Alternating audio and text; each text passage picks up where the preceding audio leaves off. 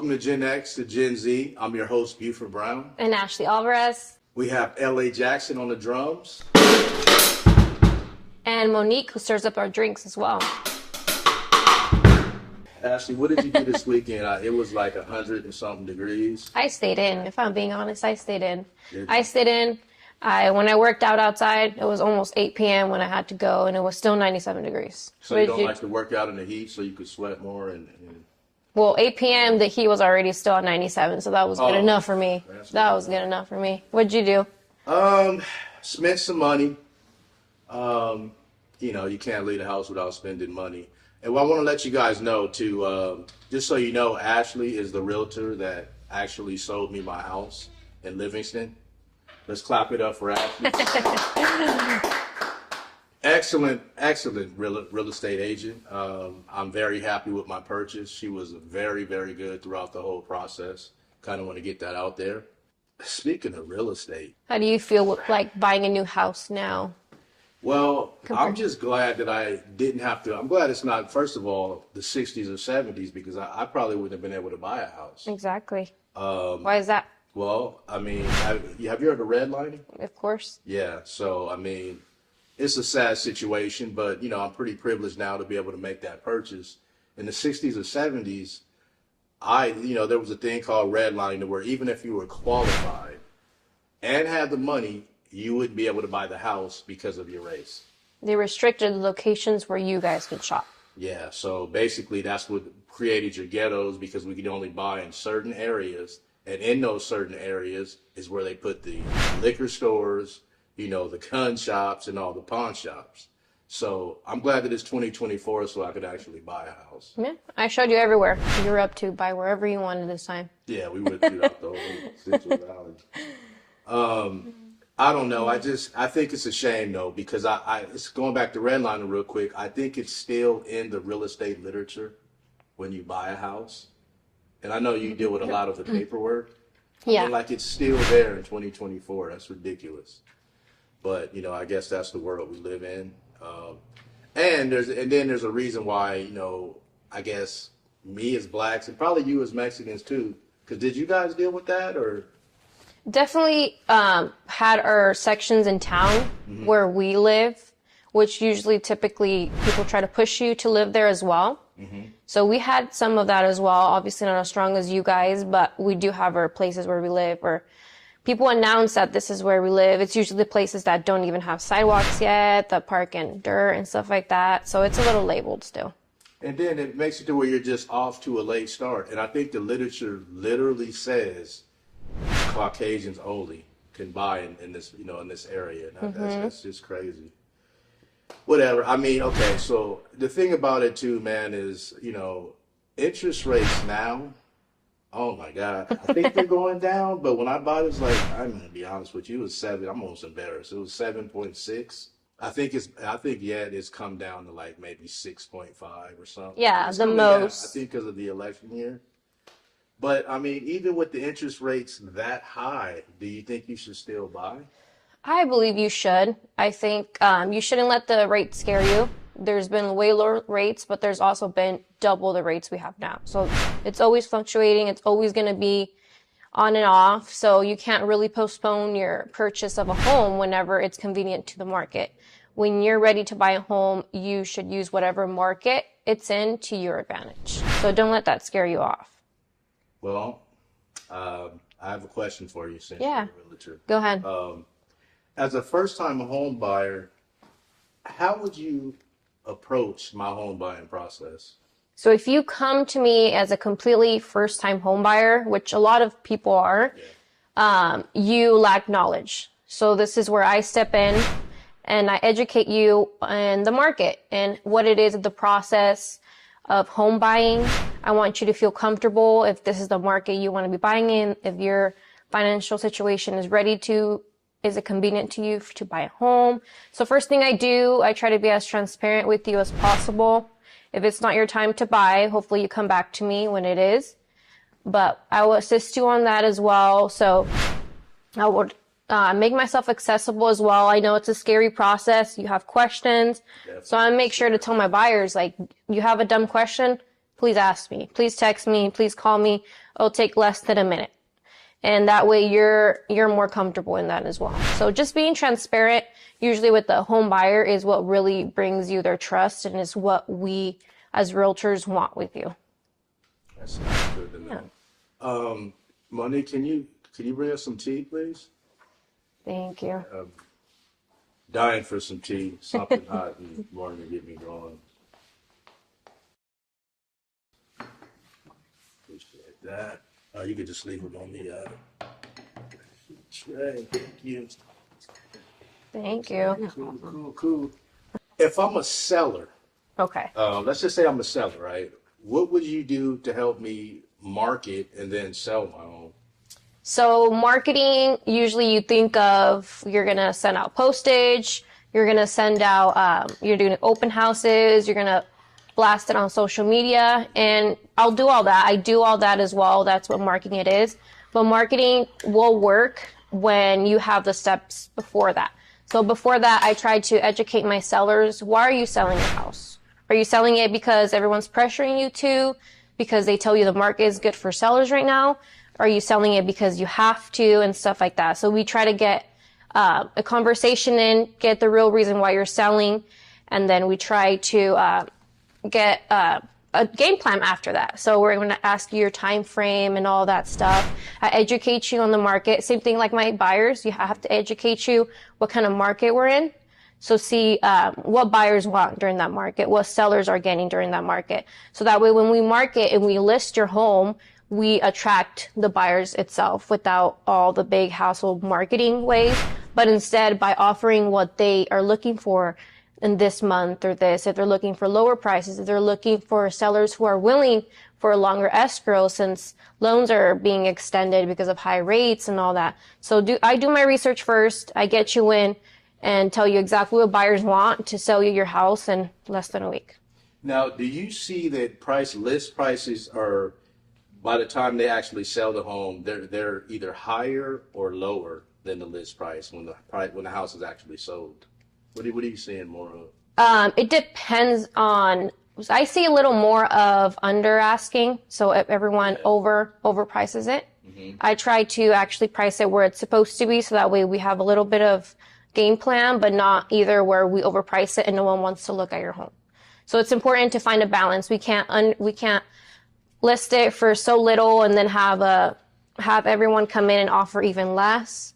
We can't list it for more and then no one comes see it because it's too expensive and it doesn't match up with the price. They come to your house, it doesn't match up with the price, they leave unhappy. Right. So make sure we do our research. When I do my research, my comps is what we call it. We compare it to our neighborhood, right, where you live, the houses that have been sold.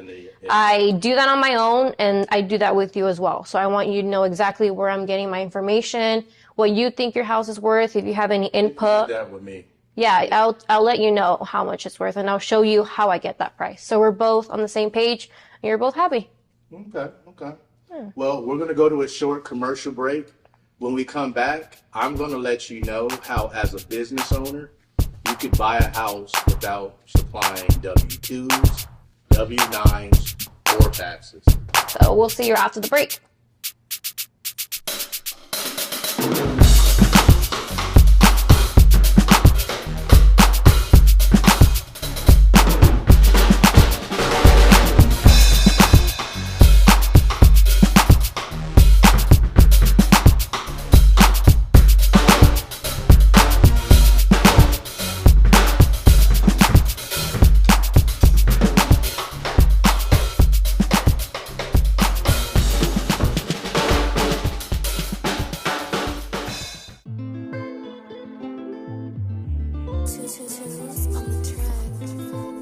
There is paradise on earth. Bermuda is draped with gorgeous pink sand beaches and clothed in a rich island culture. Feast on the succulent seafood the island has built a reputation on. Bask in the warmth of Bermuda's tropical weather and its spirited people. Wake up with welcoming sunrises and end your day in dream-inspired sunsets. Bermuda, It's more than a vacation. It's an experience.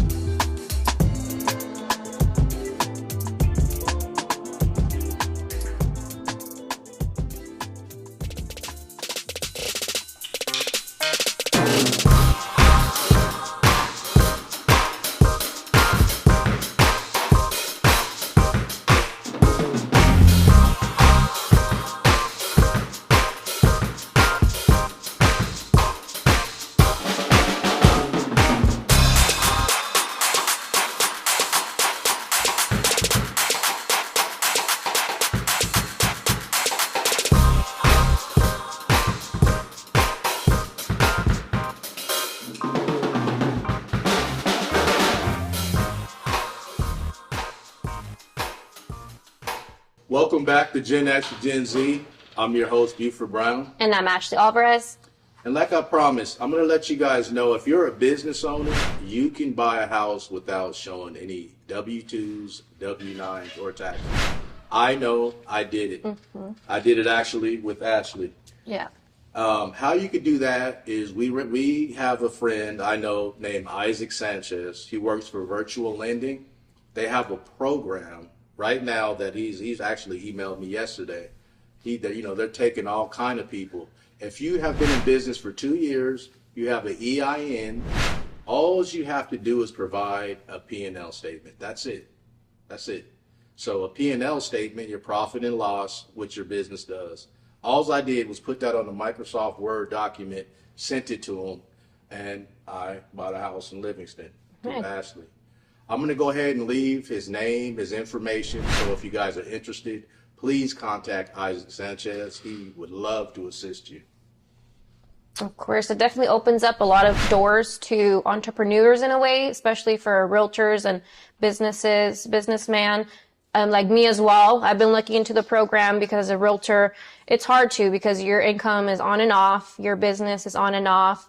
You don't make the same, but we can afford it in most cases. So definitely a lot of help in that lending. So thank you, Isaac, for informing us on that as well. Yeah, and it's a good program because, I mean, me personally, just like I've talked to you about in the process, I don't like people knowing all of my business like that.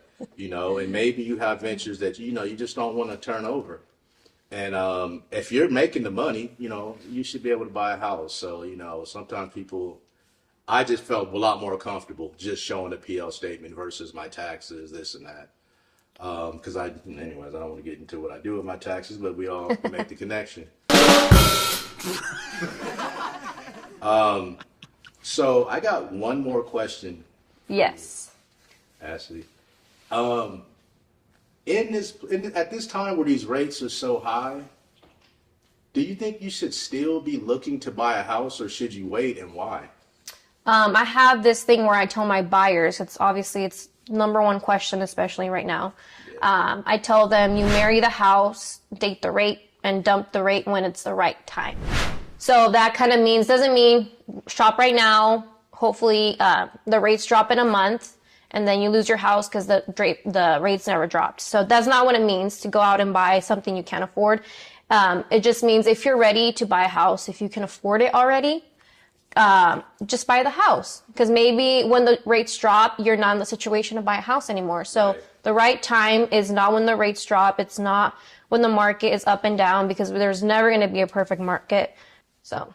Yeah, I mean, for me, I feel like I just went in at a high rate because I feel like once those rates go down, the prices are going to just skyrocket, first of all. And then there's going to be so many people trying to get these homes just because the rate's low, and then they could pay a lower mortgage, that it's going to be super competitive. Mm-hmm. There was like no competition when I bought one, you know what I mean? So a lot of negotiation room in this market, and a lot of competitive coming when the rates do drop. So you can just think about it, which one fits better for you, because it is really competitive. So it's either you overpay for the house and low rate, or you can buy now and just wait it out like Buford is doing as well. I mean, I don't know. People go back and forth, but I mean, it's an election year. You know, like I said, the prices already, or the rates already started dropping. I mean, I think by the turn of the year, it's going to be super low.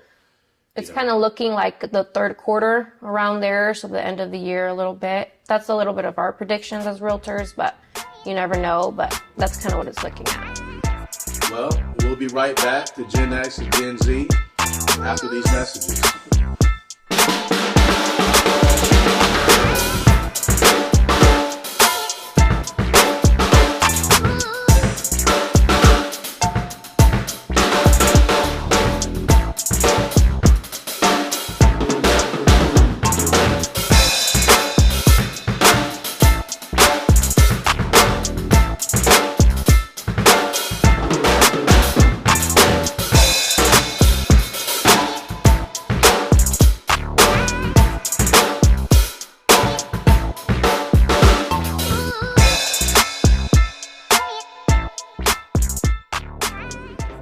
Hi, my name is Buford Brown. I am the president and CEO of A Brown Film.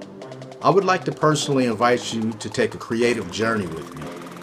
Here at A Brown Film, we shoot all types of things, from TV shows. I had to pay for all the coaching and most of the bills because your father wasn't making that much money.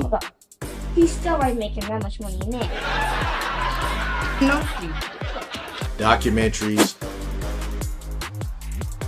God bless everybody. This is Dr. Sonny Lover at the United Players Headquarters. Want to get ready to throw down the Word of God. I'm tackling my brother. Live shows. And it was because of this deep honor that we were able to have 25 years of the conference, 30 years plus in our existence. Weddings.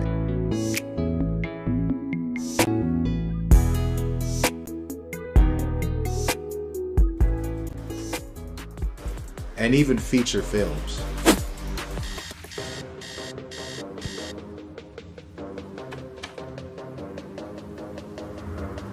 A Brown Film is here to assist you on your creative journey from start to finish. You can start by booking a free consultation at www.abrownfilm.com or simply giving us a call at 408-472-4900. We'll talk to you soon. Welcome back to Gen X and Gen Z. It's now time for the rhythm section. Enjoy the sounds of your very own drummer, a Modesto resident, L.A. Jackson.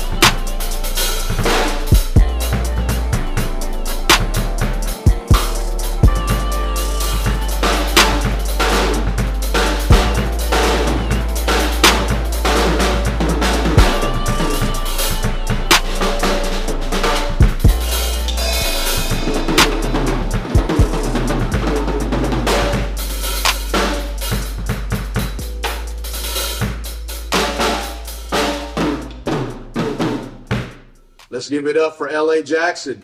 And thank you for tuning in to Gen X, Gen Z. We hope you had fun and learned something on this show. And we'll see you next week.